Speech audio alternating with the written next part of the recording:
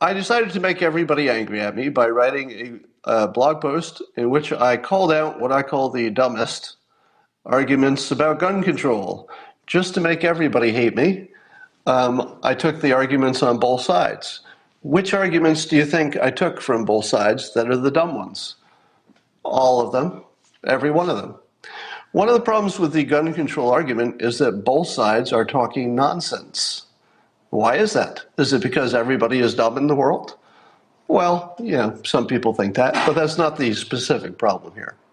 The specific problem, and the reason that both sides are talking nonsense, complete nonsense, is because nobody can say the truth. Do you want to hear the truth? People like guns, if they like guns, because they like guns.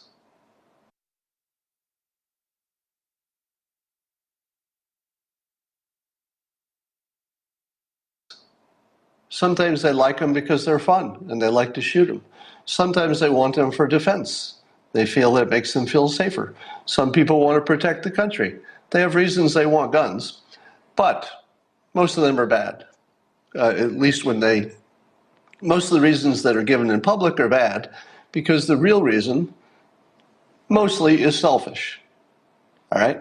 People don't usually like to share selfish reasons in public because the topic is about America in general. So can you go into a conversation about what's good for America in general and say, I don't really care what's good for America in general. This is what's good for me. You can't do that. So instead, you come up with some BS argument about why it's good for the country in weird ways. Now, there is at least one good argument in this bunch, and I'll tell you what it is in a minute.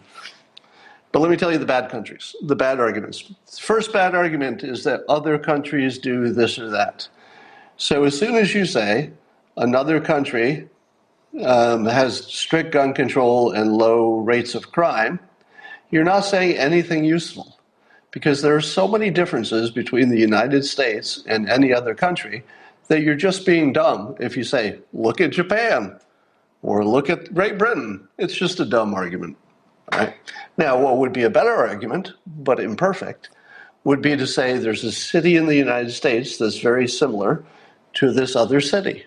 They both have similar problems, similar rates of crime, etc., similar demographics, and this one city made a change, and then 5 years later we can see if anything is different in their statistics. Now, that would be a reasonably good argument, and even that would be imperfect, but at least you would be in the rational field. But comparing the United States to Japan, too many differences. It's a useless comparison. Great Britain, useless. So that's the first big argument, bad argument. The other bad argument comes from the anti-gun people who say that your private guns, even the AR-15s, etc., even those would be no match for a standing army should the United States turn into a dictatorship and they want to crush the citizens. It won't make any difference that you have your puny little weapons because you can't stand up to the military of the United States. Stupid argument. Totally stupid argument. Because the weapons that the citizens have are not meant to shoot down drones and take out a nuclear bomb and knock down a jet. That's not what they're for. If we ever got in a situation where there was a military coup and we had a dictator, the citizens' guns would be used for kidnapping, assassination, and disrupting economic situations. And it would be very good for that. For example, if you were in the military and you decided to side with the dictator, people would know who you are. I mean, your neighbors know if you're in the military or not. So if you're in the military and if you haven't defected and left, you must be with the dictator. At about that point, your family would be rounded up and murdered. I'm not saying I'm in favor of that. I'm just saying that's what would happen. So the families of all the people who were complicit in some kind of a takeover of this country, the families would be rounded up and murdered. The friends would be rounded up. And that would be very effective in making people maybe not support the government. So there would be a massive murder spree in this country, like you've never seen before. And the government would say, we could control this country. We could, but we'd have a country we didn't want to own because we wouldn't be able to go out in public. No leader would ever be able to see the sunlight again. We have so many weapons in this country that anybody who is associated with the government, let's say there was a dictatorship that took over, they would never be able to see the sunlight again because there would be bullets fired in their direction every time they went out in public. So the no match for a standing army argument is stupid because that's not the matchup. It would be more of a guerrilla war and killing of family members, and for that, our guns are quite sufficient. Then there's the slippery slope argument.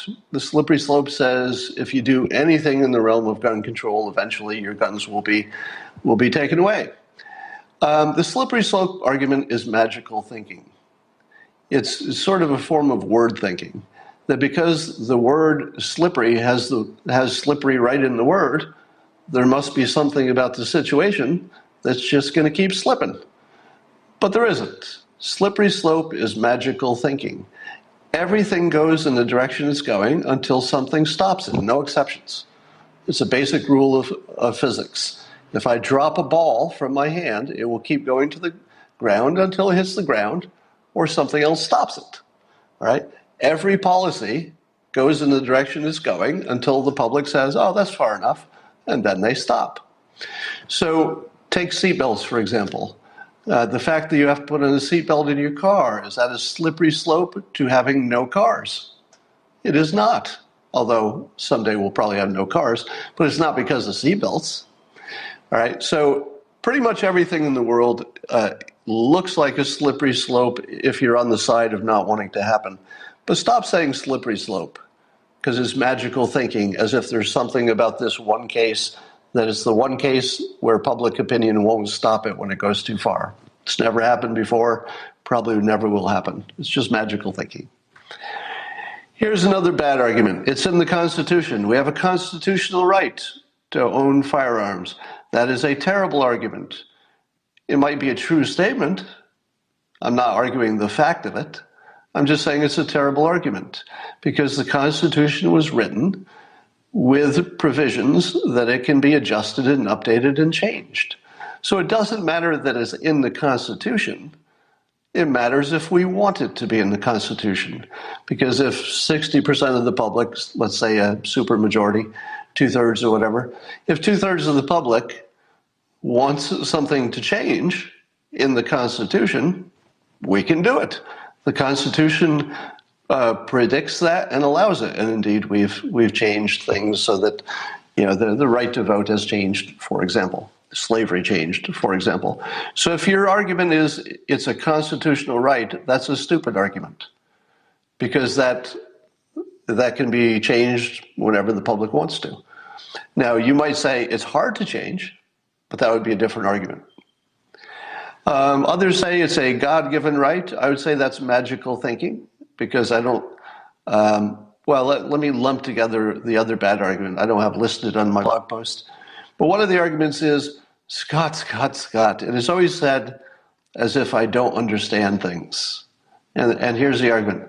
Scott, I have to get Dale in to explain this to you. Dale, where are you?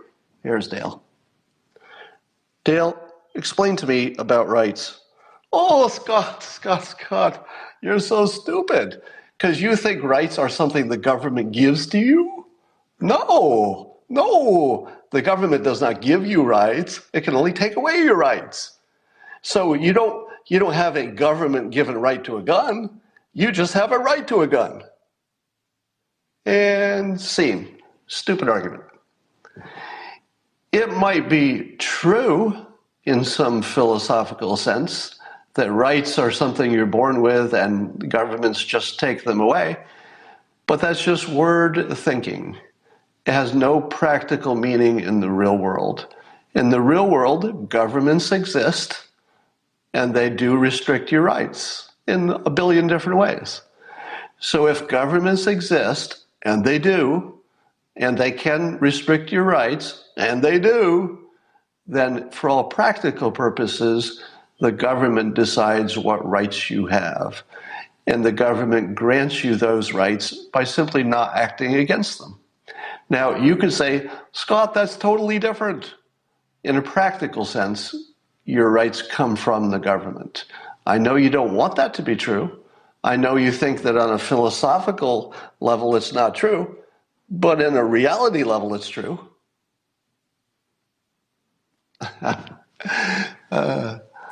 So I'm sorry if I'm arrogant and condescending, but I'll block you so you don't have to see it.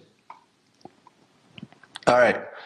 Another bad argument is the Constitution refers to militias, not ordinary people owning guns.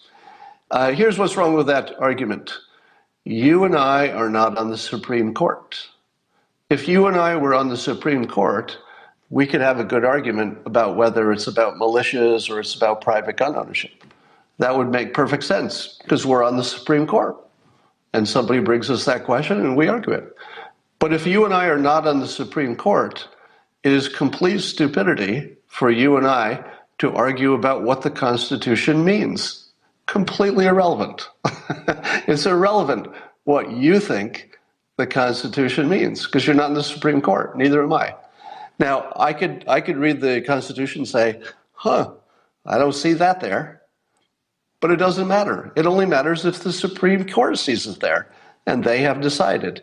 Now, did the Supreme Court massage the meaning in the Constitution to make it allow people to have firearms for non-militia purposes? It looks that way to me. It looks like the Supreme Court sort of created a right out of that language that wasn't necessarily there before, in the way that governments create rights, as I just explained. But I don't care, because I'm not on the Supreme Court and that decision is already made. So arguing about a decision that's not your decision to make and has already been made by the Supreme Court, it's a useless argument. Here's another bad argument. People will just use other tools to kill. What about that story from China where somebody killed 8 school kids with a knife? He attacked the classroom, I guess. Sure, people will use other tools to kill. Throughout history, people have used other tools to kill. Here's why this is a stupid argument. It's a stupid argument. I want to say it's suboptimal or use other words, but it's hard. That's just a stupid argument. And here's why. When you add friction to any activity of humans, they will do less of it pretty much every time.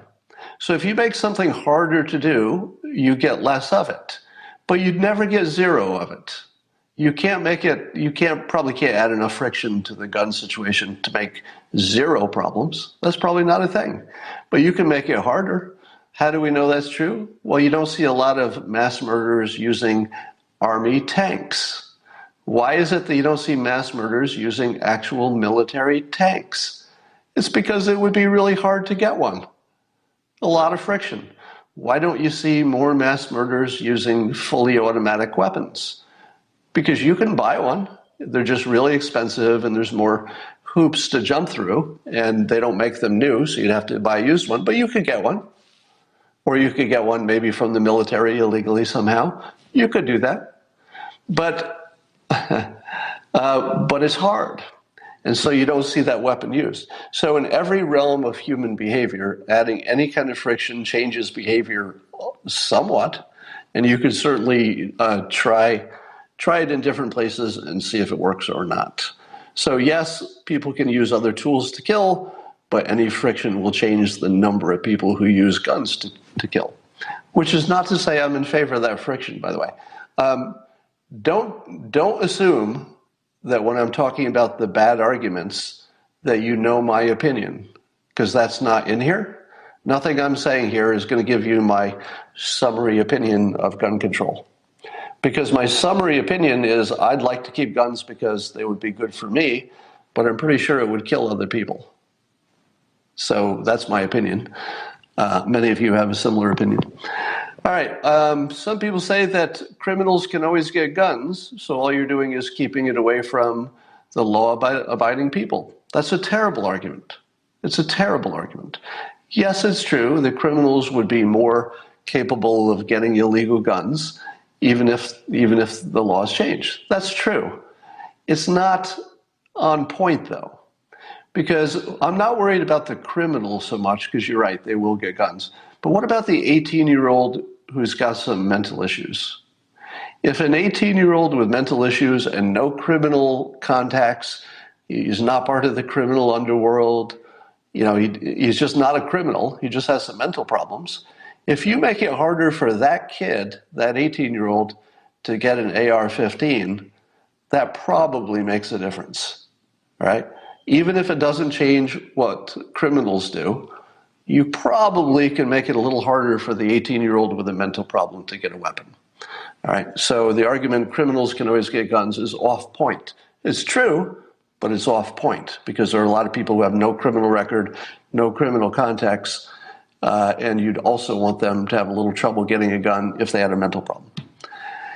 Others say that gun deaths are not that high. If you subtract out the suicides, which apparently are something like half or two-thirds of all gun deaths, and you subtract out the criminals who are shooting other criminals that you don't care about as much, you get down to what some people would say is a pretty reasonable number, maybe 10,000 a year.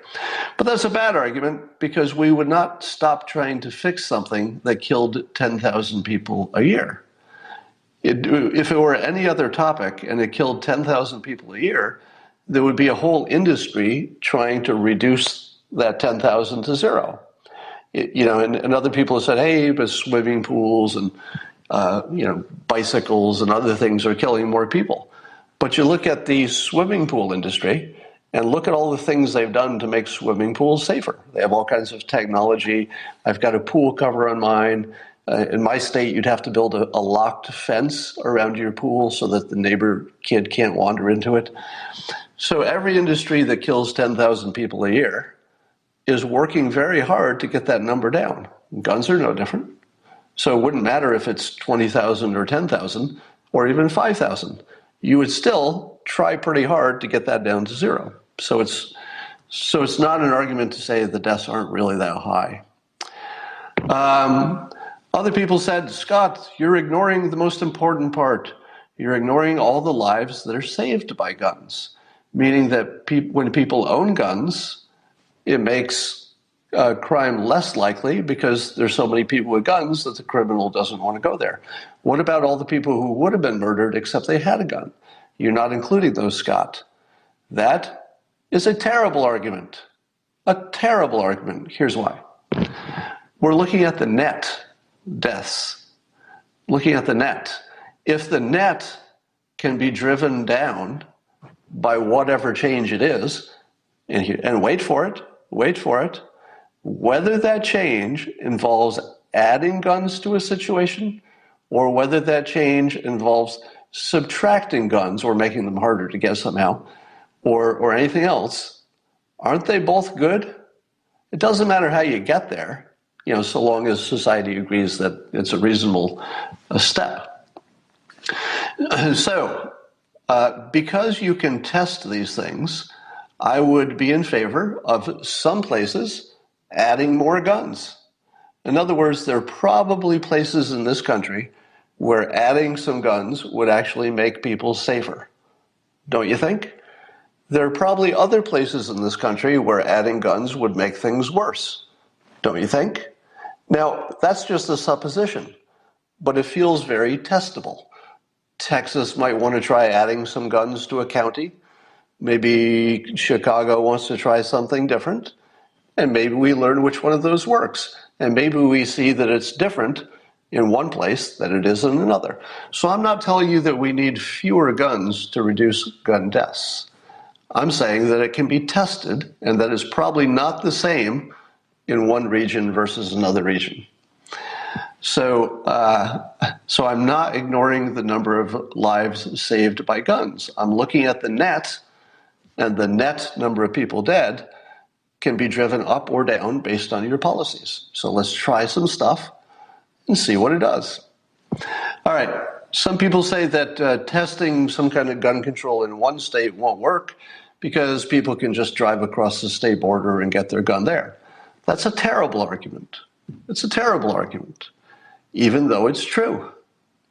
So things can be true and also a terrible argument. So it's true that you could drive across the state and do something you couldn't do in the other state. But number one, that ignores the fact that you could also have a law in the neighboring state that says you won't sell guns to people from another state. That wouldn't be obnoxious, would it? If California said, if you live in California, you have to abide by our gun restrictions. But if you're a resident of another state, you can't buy a gun at all because, you live in another state. So if you live in another state, go deal with that state when you want to buy a gun. I can imagine that kind of a law, and that would not seem too obnoxious to me. And that would also, allow you to test within one state, or at least more easily. Now, suppose that the neighboring state doesn't play along. Let's say the neighboring state says, we're not going to have a law about your state. If somebody wants to come here and buy a gun, it's legal here. They can do it. So let's say the neighboring state does not play along and you can go there and buy a gun without the same limitations. You would still be able to pick that effect up. In other words, you would be able to measure, this guy lies. This guy lies, gets blocked. You would still be able to measure whether it made a difference, because again, it would add friction. It would be harder to go to another state. So you would expect there would be some decrease in gun deaths if the change that you implemented made a difference. It might not be as big a change as if all the neighboring states were the same, but you would be able to measure it if it made any friction. You'd see it. You should also be able to measure the distance from the border. So you should be able to see that the gun deaths, for example, don't change much for people who live on the border of another state. Because like you said, they could just drive 1 mile, buy a gun, and come back. But it might make a difference to people who are in the center of a state who would have to drive a few hours. To get a gun illegally. That would be friction. So you should be able to measure what works and what doesn't, even if there's some bleed across the states. All right. Here's maybe the worst of the worst arguments. You ready for this? This is the dumbest of all the dumb gun arguments. And most of you have said this argument. And there's no way to shade this. This is a dumb argument. And here it goes like this. Chicago has the tightest gun laws and also very high gun violence.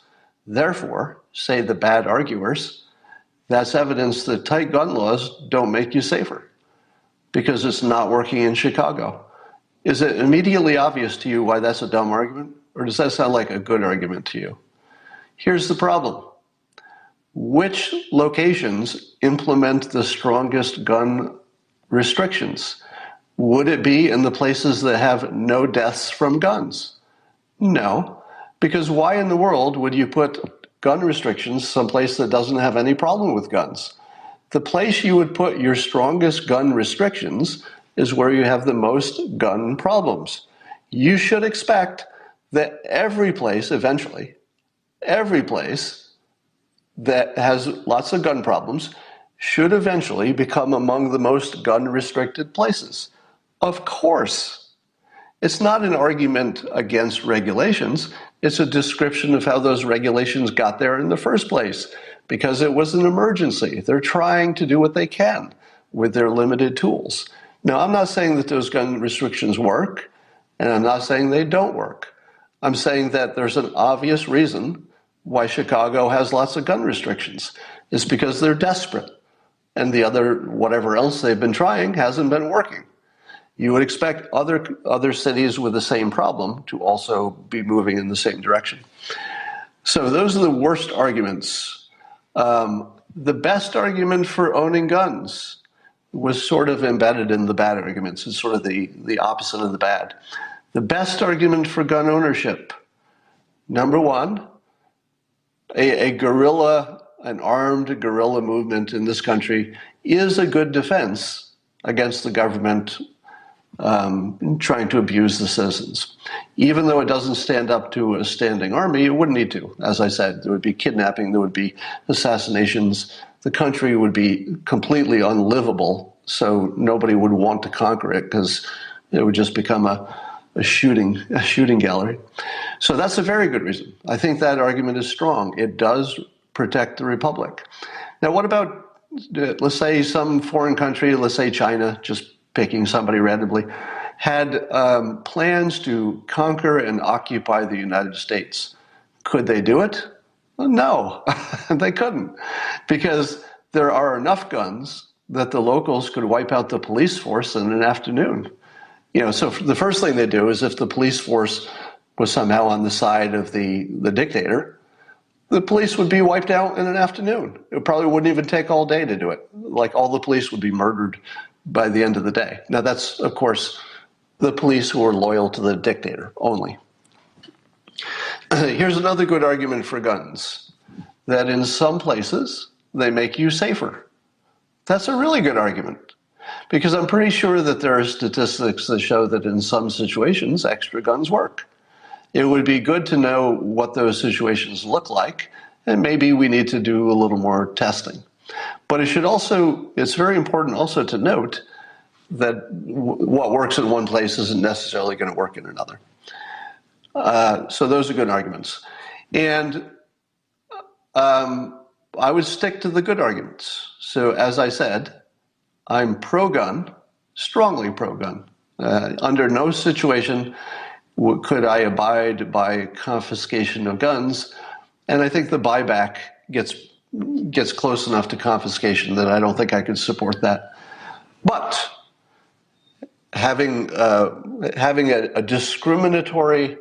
very discriminatory gun policy, well, I could look at that. And by discriminatory, I say targeting young white, well, just males, they don't even have to be white, but young males probably need more restrictions on gun purchases than women, than people who've been in the military, than people who already own guns. So there are a number of categories of people who should not be restricted because they seem obviously safer than other categories. But if you've never owned a gun, you've never been in the military, and you're 29 years old and your first gun is an AR, maybe we should look at that a little bit closer. Scott, that did not come off very well, dude. All right. So all the people who just make stupid personal comments will get blocked. Anybody who has an argument, totally open to it. So I'm just going to block all the rest of the people who are making it personal. So all the people who are saying it's just a bad argument, it's stupid, blah blah blah. You're losing it, Scott. All the people who say that, it's because I've destroyed their argument and they don't know what to do about it. They feel bad. So do you feel bad that I just destroyed your best argument? Because that happened to a number of you, and it probably is not pleasant. All right, well, it looks like people got that message. Okay, if somebody has an argument that I did not include, because I did add some extra arguments at the end. Let's see. I had an update. Oh yeah, I included the updates.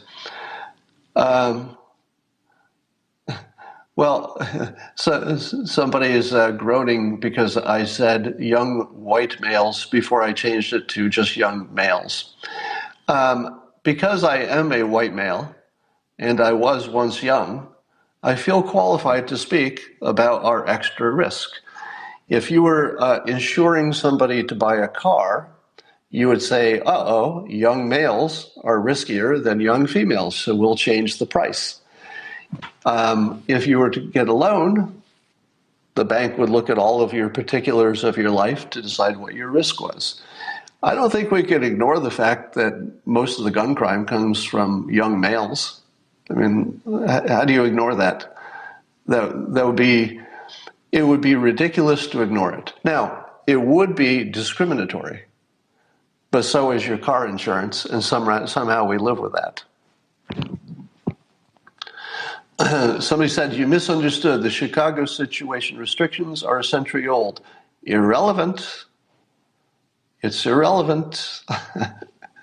Because a century ago, why do you think that they put in strict gun control? It's because they had a problem. It doesn't matter when it happened. Somebody says mental health issues in this country can't be ignored. Yeah, I mean, that's a given. As I've said, we've become sort of a zombie country. There is actually a zombie apocalypse happening now. And the zombies are the people who are on drugs or have mental problems and are not getting the treatment that they need. Their brains are effectively not working, but their bodies are. And they get to march around in public just like everybody else. So there is a zombie apocalypse. The zombies happen to be on drugs or have mental problems or both. And it's getting bigger. All right. How come the inner city crime is ignored? But we have to pick out the white males, blah, blah, blah. Nobody's ignoring it. Nobody's ignoring inner city crime. This was a sermon, not a persuasive argument. Okay, you get blocked for word thinking. So word thinking is when you try to make a point, but all you've done is put a different word on something. This was not persuasive. It was a sermon. A sermon would be if I had a point of view. A sermon would be I was trying to persuade you toward a particular outcome. That didn't happen here. I simply told you the arguments you shouldn't use because they're weak. All right, a lot of you want to make this racial, but I choose not to at the moment.